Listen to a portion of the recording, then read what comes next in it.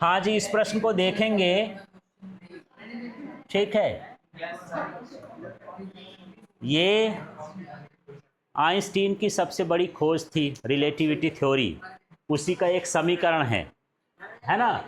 देखो, भौतिकी का एक प्रसिद्ध संबंध, किसी कण के चल द्रव्यमान मूविंग मास m और विराम द्रव्यमान m0, इसकी चाल v है और प्रकाश की चाल c है ना।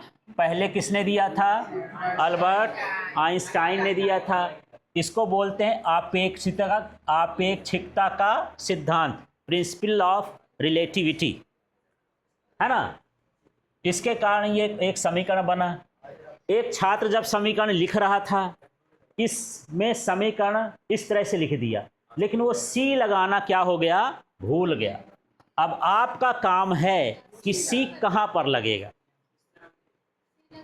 ठीक है, जैसे इसमें ये समीकरण है, पर यह समीकरण कैसा है? अधूरा है। जो आइंस्टीन ने दिया था उसमें सी भी लगा था, है ना।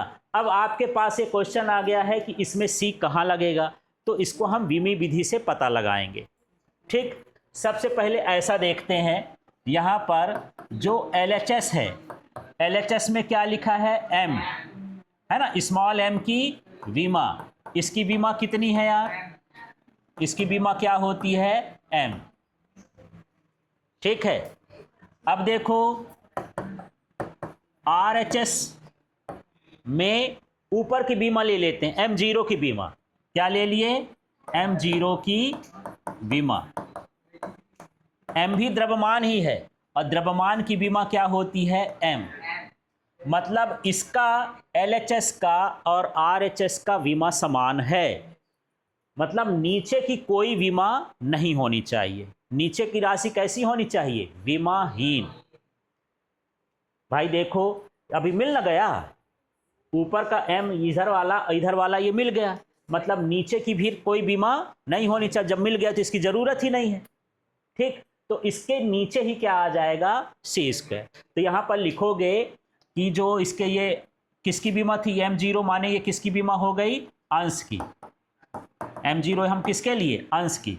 तो अर्थात हर की बीमा कैसी होनी चाहिए? हर की बीमा नहीं होनी चाहिए, अर्थात बीमाहीन होनी चाहिए। ठीक है, तो अब क्या करेंगे? अतः सही संबंध होगा। अब कहां लिख दें कि इसकी बीमा खत्म हो जाए? तो देखो सही संबंध कैसे लिखेंगे। m बराबर, ऊपर क्या लिख दिया? m0, यहां क्या लिख दिया? 1। अब यहां पर मैं क्या लिखूं कि बीमा समान रहे? तो ये ऊपर क्या लिखा था? v square. v माने होता है LT-1। v की बीमा क्या होती है? LT-1। c भी वेग ही है, प्रकाश का वेग है, उसकी बीमा भी क्या होगी? LT-1। तो माने यहां पर c स्क्वायर, यदि हम इसकी बीमा को भाग करेंगे तो कट के एक ही आ जाएगा। एक में एक घटाओगे तो खत्म हो जाएगा, मतलब ये बीमाहीन हो जाएगा। हमको इसकी बीमा चाहिए, तो सी स्क्वायर यहाँ लगेगा। बस इतना है। ये सब कुछ लिखना नहीं, केवल समझना है। फिर से देखो कैसे करोगे। पहले क्या निकालोगे? LHS में क्या लिखा है? m, इसकी बीमा क्या हो गई? m। ठीक है, RHS में हम किसकी बीमा निकाल दिए? अंश की। किसकी निकाले हैं? अंश की। अंश की बीमा क्या हो गई? m। अब यहां पर बीमा दोनों की क्या हो गई? समान। ठीक है, अर्थात नीचे की कोई बीमा नहीं होनी चाहिए। तो सी स्क्वायर इस तरह से लगा देना, इतना ही आपको करना है। ठीक है, करके देखो तो फिर पता चले यार कैसे।